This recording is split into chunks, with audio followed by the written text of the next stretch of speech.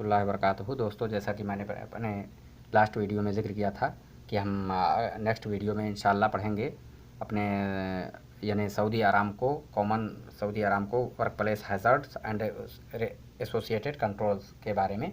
उसी में से है फायर एंड एक्सप्लोज़न। 7वां जो पार्ट है या मॉड्यूल है उसे फायर एंड एक्सप्लोजन्स है। फायर एंड एक्सप्लोज़न से भी बहुत ज़्यादा नुकसान होता है वर्ल्ड वाइड। और इसी तरह से इस जैसा कि चियोरोन फायर रिचमोंड में हुआ था, आप जानते हैं कि आग लगी हुई थी और वहाँ पर यानी प्रिकॉशन नहीं अपनाया गया था, जिसकी वजह से बहुत ज़्यादा भारी तबाही हुई थी और बहुत ज़्यादा लॉस हुआ था इंडस्ट्री में। इसीलिए सऊदी अरामको ने भी इसमें बहुत अहम रोल अदा किया है और उसके लिए कुछ प्रोसीजर्स बनाए हुए हैं जिसे हमें अपनाना चाहिए। तो आइए हम चलते हैं फायर एंड एक्सप्लोजन से क्या उससे हैज़र्ड होते हैं और उसके प्रिकॉशंस क्या हैं उसके बारे में हम पढ़ते हैं।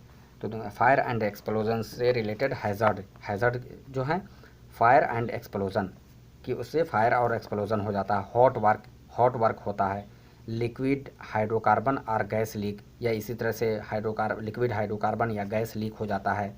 सोर्सेज ऑफ इग्निशन या इग्निशन यानी जलने वाली जो चीज़, इग्निशन का मतलब है कोई चीज़ जलने वाली कोई भी चीज़ हो, जो सोर्स ऑफ इग्निशन सोर्स मौजूद होता है। और अक्यूमुलेटेड ट्रैश, और इसी तरह से अक्यूमुलेटेड ट्रैश होते हैं। Smoking in non designated area, या इसी तरह से सिगरेट पीना जो डेजिग्नेटेड एरिया नहीं है उस एरिया में पीना, तो ये भी हैज़र्ड हैं। अब उसके कंट्रोल क्या हैं? कंट्रोल जो है हॉट वर्क परमिट चाहिए और मॉनिटरिंग ऑफ वर्क की मॉनिटरिंग रेगुलर करते रहना चाहिए। गैस टेस्टिंग, और इसी तरह से गैस टेस्टिंग होनी चाहिए। एरियाज़ वेटेड, और एरिया जो ऐसे हों जहाँ पर आग लगने का खतरा, वो एरियाज़ भीगा हुआ रखना चाहिए या नम रखना चाहिए ताकि वहाँ पर आग ना लगे। और इसी तरह से और दूसरे कंट्रोल क्या हैं? Fire barriers or shield in place, या फायर बैरियर्स और शील्ड यानी रुकावट की जो भी चीज़ें हैं उसे हमें अपनी जगह पर, उसकी जगह पर रखना चाहिए। गुड हाउसकीपिंग, अच्छी हाउसकीपिंग होनी चाहिए, यानी सफाई सुथराई अच्छा होना चाहिए, तो आग ज़्यादा बढ़ेगा नहीं अगर आग लग जाए तो। इसी तरह से कंबुस्टिबल मटेरियल्स रिमूव्ड, कंबुस्टिबल मटेरियल जो यानी आग लगने या धुएँ होने वाली या पकड़ने वाले धुआं जिससे कंबुस्टिबल जिससे होता है यानी धुएँ निकलते हैं, वो मटेरियल जैसे टायर हो गया, इन सब चीज़ों से उसको हमें रिमूव करना चाहिए। फायर एक्सटिंग्विशर्स एंड इक्विपमेंट, और इसी तरह से फायर एक्सटिंग्विशर और इक्विपमेंट का इस्तेमाल करना चाहिए। तो ये फायर और एक्सप्लोजन से कंट्रोल का तरीका है। और इसी तरह से इसी में से आता है कटिंग, वेल्डिंग एंड ब्रेजिंग, यानी जब हम कटिंग करते हैं या वेल्डिंग करते हैं या ब्रेजिंग करते हैं तो उससे भी क्या निकलता है? तो उससे भी कार्बन मोनोऑक्साइड निकलते हैं और इसी तरह से धुआं निकलता है और उससे भी खतरे होते हैं। तो उसके हैज़र्ड क्या हैं? कटिंग, वेल्डिंग एंड ब्रेजिंग के हैज़र्ड क्या हैं? फायर एंड एक्सप्लोजन, उससे फायर भी होता है और एक्सप्लोजन। बिल्ड अप, और ये कटिंग, वेल्डिंग एंड ब्रेजिंग इससे क्या बनता है? तो फ्लेमेबल गैस बनता है, ये भी एक तरह का हैज़र्ड है। टॉक्सिक वेपर्स, और इसी तरह से टॉक्सिक वेपर यानी जहरीले जो वेपर यानी एक तरह का भाप अगर कहा जाए तो, यानी जो होता है धुआं टाइप, वो बनता है जहरीला। Oxygen depleting gases or vapour, और इसी तरह से ऑक्सीजन कम करने वाले गैसेज होते हैं या वेपर्स होते हैं। एक्सट्रीम लाइट, और बहुत ही ज़्यादा लाइट होती है। अब जाहिर बात है जब आप वेल्डिंग कर रहे होते हैं तो देखते हैं कितनी तेज़ लाइट होती है, अगर आप बगैर प्रोटेक्शन के काम करें तो आपकी आँख को ख़राब कर देगी। इलेक्ट्रिक वेल्डिंग फ्लैश, और इसी तरह से इलेक्ट्रिक वेल्डिंग फ्लैश उससे होता है, ये भी हैज़र्ड है। डिफेक्टिव इक्विपमेंट, और इसी तरह से डिफेक्टिव इक्विपमेंट आप इस्तेमाल कर रहे हों यानी वेल्डिंग, कटिंग या ब्रेजिंग करने के लिए, तो भी ये भी एक हैज़र्ड है। अनस्किल्ड ऑपरेटर्स, और इसी तरह से अनस्किल्ड ऑपरेटर अगर कोई यानी जो स्किल्ड नहीं है वो अगर कटिंग या वेल्डिंग कर रहा है तो ये भी एक हैज़र्ड है। हैज़र्ड कैसे हो सकता है? अब जाहिर बात वो अनस्किल्ड है और उसके बाद में वो बजाय काटने के यानी किसी सरिये को और काट लिया अपने पैर को, या इसी तरह से उससे कंट्रोल का तरीका क्या है? इक्विपमेंट इंस्पेक्शन बिफोर यूज़, कोई भी इक्विपमेंट आप इस्तेमाल करें तो उसको इस्तेमाल करने से पहले आपको चेक करना चाहिए, उसका इंस्पेक्शन करना चाहिए कि ये मशीन कहीं ख़राब तो नहीं है या इसका सेफ्टी गार्ड मिसिंग तो नहीं है। हॉट वर्क परमिट, और इसी तरह से जब आप कटिंग, वेल्डिंग एंड ब्रेजिंग कर रहे हो तो उसके लिए हॉट वर्क परमिट की रिक्वायर्ड होती है। अब वर्क परमिट लेने का मतलब ही हुआ है कि आपने सेफ्टी प्रिकॉशंस अपनाया हुआ है, तो इसलिए कहा गया हॉट वर्क परमिट भी चाहिए कंट्रोल, ये इसके कंट्रोल के लिए। वेंटिलेट एरिया, और जहाँ पर कटिंग वेल्डिंग एंड ब्रेजिंग चल रही हो तो आपको वेंटिलेट, उस जगह को वेंटिलेटेड बनाना चाहिए। वेंटिलेटेड कैसे, वहाँ पर आप एग्जॉस्ट फैन लगाएं। Gas testing in confined space, और अगर वेल्डिंग या कटिंग या ब्रेजिंग अगर कन्फाइंड स्पेस में चल रही हो तो आपको वहाँ पर क्या करना चाहिए, वहाँ पर आपको हमेशा गैस टेस्ट करना चाहिए, और गैस टेस्ट सबसे करना चाहिए। और एक मैं इम्पोर्टेंट चीज़ बता दूं कि एग्ज़ाम में आता है कि कटिंग वेल्डिंग एंड ब्रेजिंग के लिए कौन सा वर्क परमिट चाहिए, तो आप उसका जवाब लिखेंगे हॉट वर्क परमिट चाहिए उसके लिए। और फिर आगे फिर बताया जा रहा है कि हॉट वर्क परमिट कंट्रोल्स, यानी ये हॉट वर्क परमिट कंट्रोल के बारे में बता रहे हैं कि electric welding machine must be properly bonded. Electric welding machine जो होती है ये अच्छी तरह से बॉन्डेड और ग्राउंडेड होनी चाहिए। ये भी एग्ज़ाम में आता है कि कभी सिर्फ उसमें से बॉन्डेड निकाल देगा और कभी कहेगा कि ग्राउंडेड, तो ये एक दो को मिसिंग कर देता है। तो जहाँ पर रहेगा बॉन्डेड और ग्राउंडेड, यानी साथ में बॉन्डेड बधा भी होना चाहिए और ज़मीन पर वो होनी चाहिए, तो आप इसका रिप्लाई यही करें कि बॉन्डेड और ग्राउंडेड होनी चाहिए। और 110 वोल्टेज का इस्तेमाल किया जाना चाहिए, यानी अगर इलेक्ट्रिक वेल्डिंग मशीन इस्तेमाल किया जा रहा है तो 110 वोल्टेज का यूज़ किया जाएगा, 220 वोल्टेज का इस्तेमाल नहीं किया जाएगा। इसी तरह से एक इम्पोर्टेंट स्लाइड इसमें ये भी बयान किया गया इन हाइड्रोकार्बन फैसिलिटीज़ में, जैसे ये इसमें से भी एग्ज़ाम में आता है, बल्कि इसमें तो आरामको के एग्ज़ाम में भी आता है। कवर और water seal sewers within 23 metre 75 feet of all ignition source, यानी सारे इग्निशन सोर्स से जो भी के 75 फीट या 23 मीटर की दूरी पर हों, उसे हमको इग्निशन सोर्स से जो इतने दूरी पर हों वाटर सील यानी सीवर्स वगैरह, उसको हमको कवर करना चाहिए। कवर और water seal sewers within 23 metre of all ignition source. Hot work is not permitted above 0% LEL, और ये भी एग्ज़ाम में आता है कि यानी हॉट वर्क परमिट अलाउड है अबव 0% लेल या बिलो 0% लेल, तो आप लिखें hot work permit is not permitted above 0% LEL. और fire protection equipment shall be readily available. Cutting welding और open flame fire watch shall remain for no less than 30 minutes after work is finished. Cutting, welding or open flame fire watch shall remain for no less than 30 minutes after work finished। और ये भी exam में आता है कि cutting या welding या open flame वगैरह, जैसे वेल्डिंग करने के बाद काम ख़त्म होने के बाद 30 मिनट तक वहाँ मौजूद रहना चाहिए। 30 मिनट के बाद वहाँ पर से ये चीज़ें वहाँ से रिमूव कर देना चाहिए। और combustible materials shall be protected against sparks. Combustible material भी स्पार्क्स से हमको प्रोटेक्ट करना चाहिए। वेल्डिंग स्लैग और हीट, या वेल्डिंग स्लैग या हीट से भी हमको कंबुस्टिबल मटेरियल को प्रोटेक्ट करना चाहिए, बचाना चाहिए। कंबुस्टिबल मटेरियल जो भी, यानी मटेरियल जल्दी से आग पकड़ लें, उसको कंबुस्टिबल मटेरियल कहा जाता है। Open fires and open burning require an authorisation from Saudi Aramco fire protection department. और अगर आप ऐसे ही एरिया में ओपन फायर यानी कुछ आग वगैरह का काम कर रहे हैं तो उसके लिए Saudi Aramco fire protection department से ऑथराइजेशन चाहिए होता है।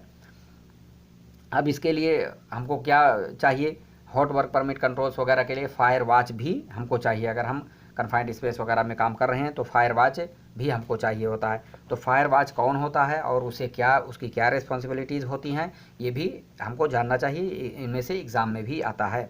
फायर वॉच ये designated by the issuer, fire watch जो होता है ये इशूअर के ज़रिए डेजिग्नेटेड होता है। और फायर वॉच को क्या चीज़ें समझना चाहिए, ये भी एग्ज़ाम में आता है। फायर वॉच को जानना चाहिए hazardous from hot work, hot work से क्या ख़तरा हो सकता है उसको जानना चाहिए। प्रिकॉशंस टू प्रिवेंट फायर, और इसी तरह से उसको प्रिकॉशंस यानी इकदामात अपनाना चाहिए फायर को रोकने के लिए। Procedures for raising the alarm, और अलार्म बजाने के जो प्रोसीजर्स हैं वो भी फायर वॉच को मालूम होना चाहिए। इसी तरह से मॉनिटर हॉट वर्क एक्टिविटीज़, और हॉट वर्क की एक्टिविटीज़ को मॉनिटरिंग करना भी उसको मालूम होना चाहिए और करते रहना चाहिए। Ensures fire equipment readily available, और फायर वॉचमैन जो है ये इंश्योर करे कि फायर इक्विपमेंट जो है रीडली वहाँ पर अवेलेबल हों और इसी तरह से उस इक्विपमेंट को कैसे इस्तेमाल करना है उस चीज़ को भी उसे मालूम होना चाहिए। तो अगर एग्ज़ाम में ये भी आता है कि फायर वॉच की रिस्पॉन्सिबिलिटी क्या है, तो उनमें 2 ऑप्शन दिया होता है कि बहुत सारे ऑप्शन दिए होते हैं, लेकिन आप ये ऑप्शन चूज़ करें कि ensure fire equipment readily available और trained in using fire equipment, यानी जवाब लिखें कि उसको ट्रेंड होना चाहिए फायर इक्विपमेंट को इस्तेमाल करने में। फायर वॉच को सबसे बड़ी अहम रिस्पॉन्सिबिलिटी ये है कि उसको ट्रेंड होना चाहिए फायर इक्विपमेंट के इस्तेमाल करने में। इसी तरह से फायर ही से related electrical arc flash fire hazards भी हैं, और इससे भी हैज़र्ड होते हैं। Electrical arc flash fire hazard, hazard क्या है? फायर और यानी आग लग जाना। इलेक्ट्रिक शॉक या इलेक्ट्रिक शॉक ये भी हैज़र्ड है। Exposure to arc flash, arc blast, extreme light and sound energy, और जब इसके एक्सपोजर में आते हैं तो आर्क फ्लैश होता है, यानी electric arc flash fire hazard के एक्सपोजर में क्या होता है? आर्क फ्लैश होता है, और आर्क ब्लास्ट भी हो जाता है। एक्सट्रीम लाइट और बहुत ज़्यादा लाइट एंड साउंड एनर्जी, और साउंड एनर्जी भी होती है। उसका कंट्रोल का तरीका क्या है इलेक्ट्रिक आर्क फ्लैश हैज़र्ड का? हॉट वर्क परमिट, इसके लिए हॉट वर्क परमिट चाहिए। ये भी एग्ज़ाम में पूछा जाता है। Electric arc flash fire hazard के लिए क्या वर्क परमिट, कौन सी वर्क परमिट रिक्वायर्ड होगी, हॉट या कोल्ड? तो आप लिखें हॉट वर्क परमिट। लोटो, और लोटो भी है उसका कंट्रोल करने का तरीका। ग्राउंड फॉल्ट सर्किट इंटरप्टर, और इसी तरह से GFCI भी यूज़ किया जाता है, ग्राउंड फॉल्ट सर्किट इंटरप्टर। ये भी एग्ज़ाम में आता है कि इलेक्ट्रिक आर्क फ्लैश फायर से बचने के लिए क्या यूज़ किया जाता है, तो GFCI कहा जाता है, यानी ग्राउंड फॉल्ट सर्किट इंटरप्टर का यूज़ किया जाता है। Approach boundaries for live work, और इसी तरह से बाउंड्री आपको बनाना चाहिए, यानी जो लाइव वर्क हैं। और इसी तरह से qualified individuals to work on electrical equipment, और इसी तरह से क्वालिफाइड पर्सन ही इलेक्ट्रिकल इक्विपमेंट पे काम करें। सर्टिफाइड इलेक्ट्रिकल इक्विपमेंट, और इसी तरह से इलेक्ट्रिकल इक्विपमेंट यूज़ करना चाहिए जो सर्टिफाइड हो। इलेक्ट्रिकल फायर हैज़र्ड, अब इलेक्ट्रिकल फायर हैज़र्ड क्या चीज़ें हैं वो भी हम चलते हैं जानते हैं। तो हैज़र्ड, इलेक्ट्रिकल फायर हैज़र्ड जो है डैमेज्ड पावर कोड्स, जैसे इलेक्ट्रिकल फायर हैज़र्ड है कि पावर कोड जो है वो डैमेज्ड हो, ओवरलोडेड एक्सटेंशन कोड, या इसी तरह से एक्सटेंशन कोड जो है अपने आप इस्तेमाल कर रहे हैं वो ओवरलोडेड हो, ओवरलोडेड की वजह से वो ब्लास्ट हो जाए या जल जाए। अनसेफ स्पेस हीटर्स, और इसी तरह से स्पेस हीटर जो हो अनसेफ हो। अक्यूमुलेटेड ट्रैश, और अक्यूमुलेटेड ट्रैश हो वहाँ पर, यानी जा बजा बिखरे हुए सब कागज़ और इसी तरह से धूल मिट्टी और केबल्स वगैरह वो सब बिखरे हुए हों। Poor storage and house keeping, और इसी तरह से यानी सफाई सुथराई या हाउस कीपिंग अच्छी ना हो, या जो हम स्टोर किए हुए हैं वो चीज़ें पुअर हों, स्टोरेज हों, यानी अच्छी तरह से स्टोर ना किए हुए हों, सब एक में मिक्स करके रखे हुए हों, तो ये हैज़र्ड हैं। अब उसे कंट्रोल का तरीका क्या है? रेगुलर इंस्पेक्शन, हमको रेगुलर इंस्पेक्शन करते रहना चाहिए उस जगह का। और इसी तरह UL लिस्टेड इक्विपमेंट, जो UL लिस्टेड इक्विपमेंट हो उसको ही हमें यूज़ करना चाहिए कि UL एक सर्टिफाइड यानी कंपनी है, और जो कि यानी तैयार करती है बहुत सारे प्रोडक्ट्स को, इलेक्ट्रिक प्रोडक्ट्स को, तो UL लिस्टेड, जिस पर UL लिखा हो उसी इक्विपमेंट को हमको यूज़ करना चाहिए, क्योंकि ये बहुत अच्छा माना जाता है और सर्टिफाइड होता है। गुड हाउस कीपिंग, और अच्छी हाउस कीपिंग होनी चाहिए। फायर एक्सटिंग्विशर का यूज़ करना चाहिए।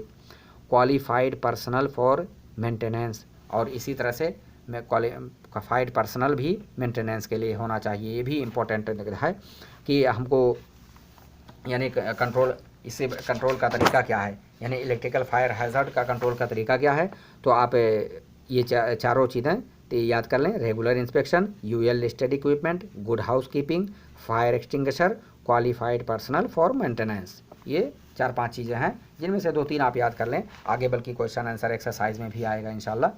तो ये रहा फायर एक्सप्लोजन से रिलेटेड। अब आइए आगे एक्सरसाइज है, एक्सरसाइज हम कर लेते हैं।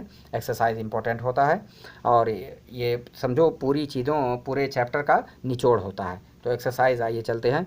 फर्स्ट क्वेश्चन है, why is a hot work permit required for abrasive blasting. Abrasive blasting के लिए हॉट वर्क परमिट क्यों रिक्वायर्ड है? तो इसका आंसर है, it may cause an ignition source. ये इग्निशन सोर्स की वजह बन सकती है, इसलिए क्योंकि एब्रेसिव ब्लास्टिंग जैसा कि मैंने पिछले अपने वीडियो में बताया था कि ये हॉट वर्क है। जब एब्रेसिव ब्लास्टिंग हम करते हैं तो इससे बहुत ज़्यादा गर्म हो जाता है जिस चीज़ पर हम ब्लास्टिंग करते हैं, जिसकी क्लीनिंग करते हैं, जैसे कोई पाइप हो गया या कोई इक्विपमेंट हो गया तो बहुत ज़्यादा हॉट हो जाता है। तो इसलिए ये हॉट वर्क, इसीलिए इसके लिए हॉट वर्क परमिट रिक्वायर्ड होती है। और दूसरा क्वेश्चन है, how do we control welding activities in restricted area, कि वेल्डिंग एक्टिविटीज़ को हम रेस्ट्रिक्टेड एरिया में कैसे कंट्रोल कर सकते हैं। इसका आंसर है hot work permit and assign a fire watch. तो इसके लिए हॉट वर्क परमिट चाहिए और फायर वॉच आप असाइन करें। तीसरा क्वेश्चन है, why are welding, cutting and brazing tasks in confined spaces dangerous, कि कटिंग, वेल्डिंग एंड ब्रेजिंग जो है कन्फाइंड स्पेस में ये डेंजरस क्यों है, खतरनाक क्यों है। तो इसका आंसर है flammable atmospheres and combustible material can be easily ignited by these task, कि फ्लेमेबल एटमॉस्फेयर और इसी तरह से कंबुस्टिबल मटेरियल ये यानी इग्नाइटेड हो सकते हैं, यानी जल सकते हैं इन टास्क से के ज़रिया, इन कामों के ज़रिया। और आंसर दूसरा आंसर है they increase the risk of carbon monoxide exposure, ये कार्बन मोनोऑक्साइड एक्सपोजर का रिस्क बढ़ा सकते हैं। आप ये चीज़ ध्यान में रखें कि जो भी धुएं वाली चीज़ हो तो उससे क्या जनरेट होगा, जिस चीज़ से भी धुआं निकले, चाहे कोई मशीन हो, चाहे कोई मोटर हो या कोई भी चीज़, तो आप उससे कार्बन मोनोऑक्साइड ही बनता है, carbon monoxide.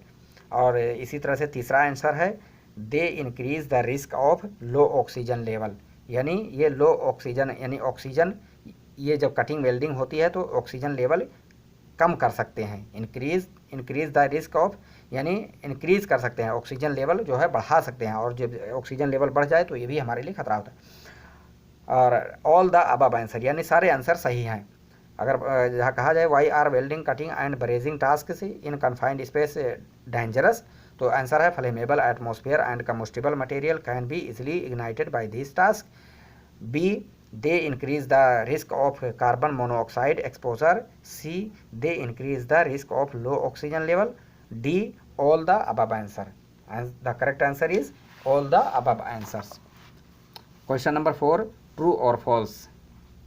True or false का क्वेश्चन है, for any cutting, welding or burning operation, even if a hot work permit is not issued, a qualified fire watch must be assigned. True, यानी ये इसका जवाब true है। कह रहे हैं कि कटिंग, वेल्डिंग या बर्निंग ऑपरेशन में, जब कटिंग, वेल्डिंग या बर्निंग का काम हो रहा हो, even if hot work permit चाहे इशू किया जाए ना किया जाए, लेकिन फिर भी आपको एक फायर वॉच असाइन करना होगा। तो ये बातें ध्यान में रखें कि कटिंग चल रही हो या वेल्डिंग हो या बर्निंग ऑपरेशन चल रहा हो, और अगर हॉट वर्क परमिट इशू नहीं किया गया है तो भी फायर वॉच को आपको असाइन करना है, यानी जवाब ट्रू है, सही है। पांचवा क्वेश्चन है, What are the some of the best precautions and controls to prevent electrical fire, यानी सबसे बेस्ट प्रिकॉशंस यानी एहतियाती तदाबीर क्या हैं, control prevent electrical fire, electrical fire को रोकने के लिए तदाबीर और एहतियाती तदाबीर क्या चीज़ें हैं। तो इसका जवाब है रेगुलर इंस्पेक्शन, यानी आपको रेगुलर इंस्पेक्शन करना चाहिए। और इसी तरह से UL listed equipment and GFCI or grounding for all portable electrical tools, UL listed equipment use करना चाहिए और GFCI ground fault circuit interrupter भी यूज़ करना चाहिए। गुड हाउसकीपिंग और अच्छी हाउसकीपिंग होनी चाहिए। क्वालिफाइड पर्सनल फॉर मेंटेनेंस और क्वालिफाइड पर्सनल मेंटेनेंस का इस्तेमाल करना चाहिए। ऑल द अबव आंसर, यानी सारे आंसर सही हैं, इसका जवाब है ऑल अबव द आंसर से। तो दोस्तों ये हमारा चैप्टर रहा फायर एक्सप्लोजन से रिलेटेड, और इंशाल्लाह हम अपने अगले इंशाल्लाह चैप्टर और मॉड्यूल में पढ़ेंगे मॉड्यूल 8 में इमरजेंसी प्रिपेयर्डनेस के बारे में। तो दोस्तों दुआ में याद रखिएगा और हमारा चैनल सब्सक्राइब करना और इसी तरह से लाइक और शेयर करना ना भूलिएगा। अल्लाह हाफिज़।